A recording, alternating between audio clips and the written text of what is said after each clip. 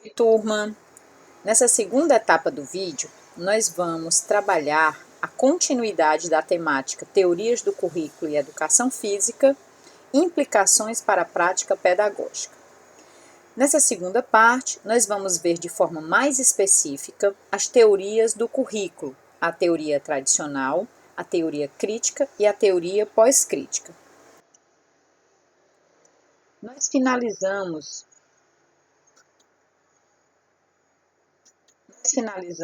o vídeo anterior apresentando exatamente esse slide, no qual nós temos aí as concepções do currículo tradicional, do currículo crítico e do currículo pós-crítico.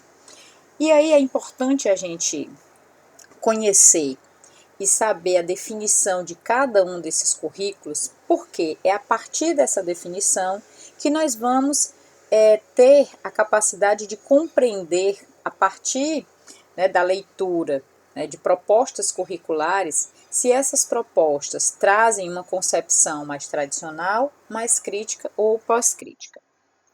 Ou seja, uma teoria, de acordo com Tomás Tadeu da Silva, define-se pelos conceitos que ela utiliza para conceber a realidade. Os conceitos de uma teoria, eles vão direcionar nossa atenção para certas coisas que sem eles não era possível que nós pudéssemos enxergar, que a gente pudesse ver. Os conceitos de uma teoria, eles organizam e estruturam a nossa forma de ver e de ler a realidade. É como se fosse uma lente que a gente utiliza para olhar aquela determinada realidade. Assim, uma forma útil de distinguirmos as diferentes teorias do currículo, seja ela tradicional, crítica ou pós-crítica, é através do exame dos diferentes conceitos que elas trazem. Ou seja, eu só vou ser capaz de compreender essas teorias se eu souber quais são esses conceitos que cada uma delas apresenta. E aí nós temos 3 grandes teorias do currículo: a tradicional, a crítica e a pós-crítica. São 3 teorias do currículo. Cada uma delas apresenta algumas especificidades e alguns termos clássicos que nos ajudam a compreender.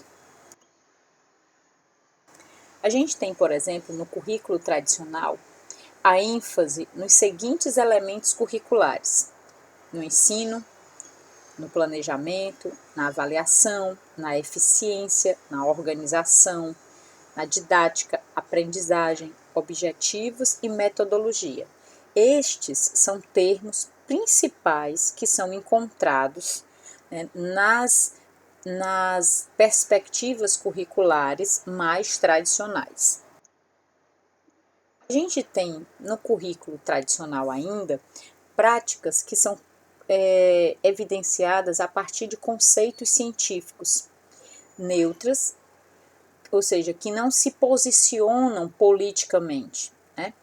Ela tem ênfase nas técnicas desenvolvidas pelas ciências, são desinteressadas no sentido de tudo aquilo que reflete o contexto social e visa uma transmissão do conhecimento de forma inquestionável, ou seja, o professor transfere esse conhecimento e ele é colocado de forma inquestionável. Os saberes dominantes representam aí a existência do que ensinar. Esses são os principais aspectos que marcam ou que definem um currículo tradicional. Ou seja, é importante ter claro que os saberes dominantes são aqueles que representam a existência do que ensinar. Toda a formulação do que ensinar vai sair exatamente daqueles saberes que são dominantes socialmente. Já o currículo crítico, a ênfase nos seguintes elementos curriculares: ideologia, resistência, reprodução cultural, poder, emancipação, libertação, currículo oculto, classe social, conscientização, relações sociais de produção e capitalismo. Ou seja, estes são os principais termos, ou palavras que estão aí guiando o currículo crítico. E, por fim, outros termos que vão subsidiar o currículo pós-crítico é discurso, diferença, raça, identidade, cultura, alteridade, gênero, etnia, multiculturalismo, saber, poder, significação, subjetividade, representação e sexualidade. Então vejam que nos 3 tipos de currículo nós vamos ter ênfases diferentes nas terminologias que também são utilizadas para caracterizar esses elementos que vão estar presentes no currículo. Enquanto no currículo crítico ou no currículo tradicional, a gente tem a ênfase no conhecimento. No currículo crítico, a gente tem a ênfase aí nos aspectos ideológicos. E já no currículo pós-crítico, a gente tem a ênfase no discurso que é desenvolvido socialmente. Tá? Então, só para dar um exemplo aí, para que possamos começar a entender, né, o quão essa ênfase nesses elementos, eles vão ser determinantes para a estruturação dos currículos. Nesse sentido, as teorias críticas de currículo, né, quando elas deslocam a ênfase dos conceitos simplesmente pedagógicos de ensino e aprendizagem para os conceitos de ideologia e poder, por exemplo, nos permitiriam ver a educação de uma nova perspectiva. Ou seja, enquanto a abordagem crítica traz a ênfase na ideologia, ou traz a ênfase, né, nos conceitos de ensino e aprendizagem, as teorias pós-críticas, né, trazem aí o conceito, por exemplo, no discurso e nas relações de raça e etnia, por exemplo. E isso também muda o nosso modo de ver a educação. Dessa forma, ao enfatizarmos o conceito de discurso em vez do conceito de ideologia aí nas teorias pós-críticas de currículo, efetuaram um outro importante deslocamento na nossa maneira de ver e conceber o currículo. Para Tomás Tadeu da Silva também, o currículo produz identidades. O currículo, ele produz identidades individuais e sociais particulares. Ou seja, no momento em que a gente, né, tem uma perspectiva numa educação que voltada para um currículo mais tradicional, ou numa educação voltada para o currículo crítico ou para o currículo pós-crítico, cada um desses currículos produz indivíduos sociais diferentes. Né? O currículo apresenta uma dada situação social, histórica, vinculada a formas específicas e contingentes de organizar a sociedade e a educação. Então, o currículo ele vai materializar exatamente essas mudanças, essas alterações que vão acontecendo na sociedade. O currículo produz identidades, né, que têm significados que vão além, né, daqueles aos quais as teorias tradicionais e nos informaram.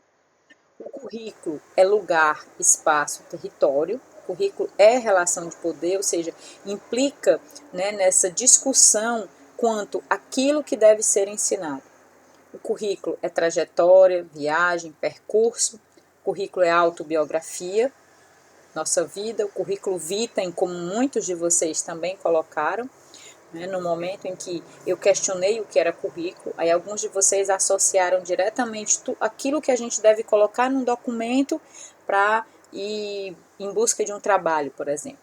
Então, o currículo é texto, é discurso, o currículo é documento, o currículo é um documento, para Tomás Tadeu, documento de identidade, ou seja, que também traz uma perspectiva de constituição de novas e diferentes identidades.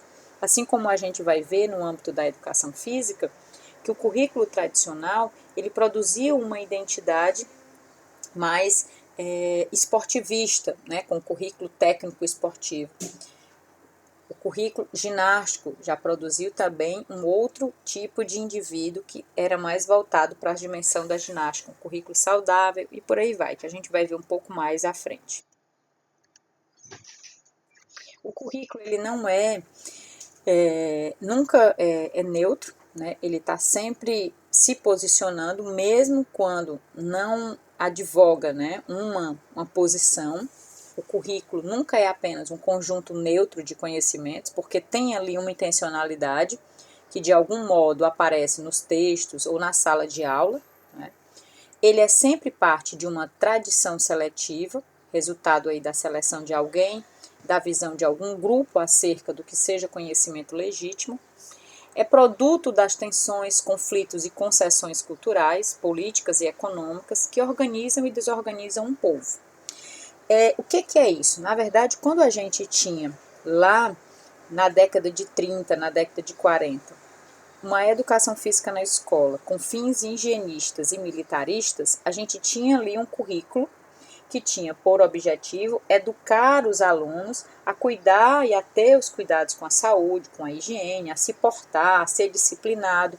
Então a gente tinha ali naquele currículo toda uma tradição seletiva que era resultado da seleção da sociedade para aquele momento, uma sociedade que estava querendo a produção desse indivíduo, né, saudável, desse indivíduo apto de certo modo, cuidar, né, de si e cuidar da nação. Então, havia interesses e havia uma seleção de conteúdos que deveriam ser ensinados. O currículo também é considerado como praxis, né, e não um objeto estático, emanado de um modelo ideal de pensar a educação. O currículo como projeto relacionado à conexão entre determinados princípios e a realização dos mesmos, como a gente colocou. Na década de 70, por exemplo, a gente tinha uma educação física na escola muito voltada para o desenvolvimento do esporte. Naquele contexto, toda a sociedade, né, estava voltada para as questões da prática esportiva no contexto social. E, portanto, na escola, aquilo que tinha mais ênfase de ser ensinado era o esporte, como um conteúdo privilegiado socialmente e que, portanto, deveria ser difundido na escola. O currículo é uma praxis na qual se estabelece um diálogo entre os agentes sociais, elementos técnicos, alunos e professores. Então veja que o currículo ele envolve aí essas várias relações. É o contexto da prática, ao mesmo tempo em que é contextualizado por ela. Por quê? Porque o currículo ele é materializado a partir dessas relações e desses elementos que o constituem. Segundo o Sacristã, o currículo ele é uma expressão da função socializadora da escola. Ou seja, o currículo é esse elemento imprescindível para compreender o que costumamos chamar de prática pedagógica. Ou seja, é a partir do documento, do que está escrito no currículo, que eu posso também analisar a prática pedagógica. O currículo ele está estreitamente relacionado com o conteúdo da profissionalização dos docentes. O que se entende por um professor depende dos mecanismos de desenvolvimento curricular. Por quê? Porque o currículo é esse documento que vai exatamente guiar o que o professor deve ensinar, o como ele deve ensinar. O currículo ainda, para a Sacristã, no currículo se entrecruzam componentes e determinações muito diversas, pedagógicas, políticas, práticas administrativas, produtivas, de diversos materiais, de controle sobre o sistema escolar e também de inovação pedagógica, que é algo tão presente no nosso contexto, né? Essa dimensão de que o professor deve inovar-se pedagogicamente, né? Incluindo aí esses elementos, por exemplo, das mídias, das novas tecnologias. O currículo também é referência para a melhoria da qualidade do ensino. Tanto é que a gente tem hoje uma base nacional comum curricular que vem com esse intuito de melhorar a qualidade do ensino, de tornar mais equânime os conteúdos que devem ser apreendidos por todas as crianças, jovens e adultos do nosso país. É o aspecto central de referência na melhoria da qualidade do ensino, na mudança das condições da prática, no aperfeiçoamento dos professores, na renovação da instituição escolar e nos projetos de inovação dos centros escolares. Ou seja, a partir da BNCC, a gente tem aí também os materiais didáticos sendo produzidos, a gente tem uma política de formação continuada de professores, que vai aí fazer com que esses professores possam implementar essa base nacional comum curricular e os conteúdos que lá estão, e a gente tem toda uma política de avaliação que vai ser feita com o intuito de saber até que ponto esses conteúdos que vão ser ensinados na escola, propostos pela BNCC, eles vão estar sendo realmente compreendidos pelos alunos nas escolas. Então, vejo que há, a partir de uma proposta curricular, toda uma cadeia de desenvolvimento de ações que vão desde a qualificação dos professores até a avaliação desse currículo por parte, né, das instâncias, né, que organizam e fazem a gestão da educação, né, avaliar esses alunos para verificar em que medida está tendo desenvolvimento, mudança, qualidade nesse ensino. E aí a gente vem para a pergunta, né, sobre o currículo e a educação física. O que deve ser privilegiado? A gente tem aí uma série de temas, saberes e conhecimentos que estão presentes no âmbito da educação física, desde os conhecimentos da saúde, da ginástica, do esporte, dos jogos, das lutas, das danças, das valências físicas. São grandes temáticas que devem permear aí o que deve ser ensinado na educação física. Então, essa é uma grande questão que está presente aí desde a inclusão da educação física no âmbito escolar, desde a institucionalização, né, da educação física na escola. A educação física ela está atrelada a esses vários aspectos, né? A saúde, ao corpo, à educação, às práticas corporais, ao esporte, à cultura, ao movimento, né? Movimento técnico, movimento corporal, né? O movimento das habilidades motoras básicas, né? Movimento motor, movimento sensório-motor. Então, ela envolve uma multiplicidade de aspectos, além das temáticas que a gente viu anteriormente. Então, é uma área extremamente difícil da gente dimensionar e fazer opções quanto ao que deve ser ensinado em cada nível de ensino. E aí uma pergunta que a gente faz é como organizar os conteúdos da educação física na escola? Por que a gente escolher determinados conteúdos e não outros? De onde emanam esses conteúdos da educação física, né? De onde vêm esses conteúdos? Historicamente, a gente sabe que a gente vem de uma influência higienista, de uma influência militar e de uma influência do esporte e da ginástica, né? Sendo aí, vindo nesse desenvolvimento até hoje. E a partir da década de 80, a gente tem aí uma contribuição, né, da esfera da cultura, substituindo a esfera da aptidão física na área da educação física escolar, fazendo com que esses conteúdos também passem por algumas modificações. Que aí a gente tem, então, esse currículo mais tradicional, voltado aí para a prática esportiva, para a prática da ginástica, o currículo técnico esportivo, um currículo globalizante, desenvolvimentista e um currículo saudável. Esses têm como objetivo, como a gente viu lá no começo, trabalhando com o currículo tradicional. Ele visa uma formação acrítica e reprodutora, um projeto reprodutor, um desenvolvimento técnico de conteúdos a serem trabalhados de forma sistemática pelo professor para a aprendizagem dos alunos, visando aí a conformação, a reprodução, a aprendizagem de forma passiva. E a gente tem também um currículo da educação física, crítico emancipatório e crítico superador, que visa uma formação crítica e transformadora, né, dos alunos, visando aí por meio das relações de poder, das relações de ideologia, da crítica à sociedade capitalista, visar aí a transformação.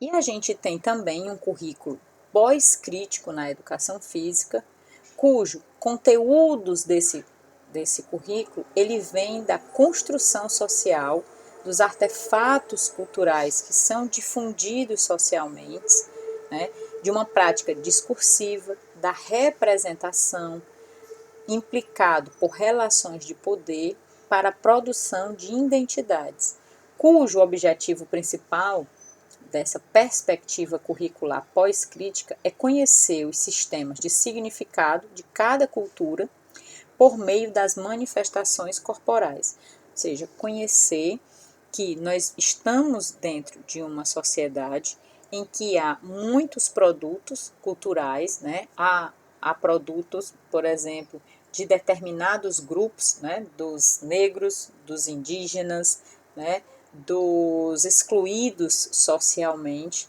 que tem aí diferentes produções de identidades.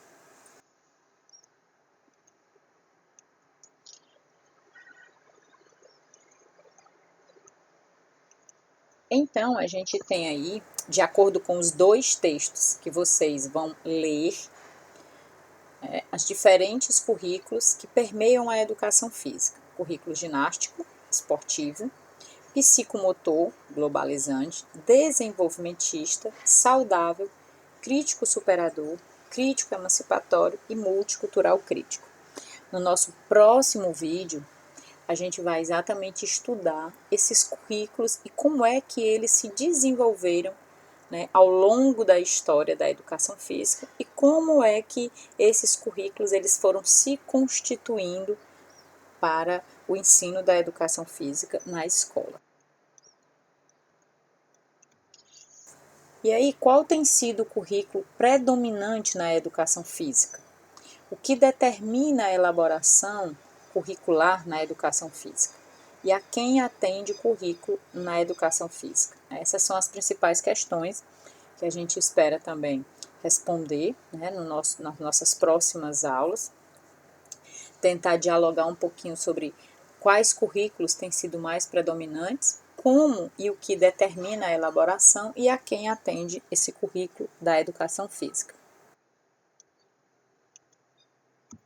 Para ir finalizando, a gente tem aí uma última citação aí do Sacristã, na qual ele fala que o currículo em seu conteúdo e nas formas através das quais se nos apresenta e se apresenta aos professores e aos alunos é uma opção historicamente configurada, que se sedimentou dentro de uma determinada trama cultural, política, social e escolar.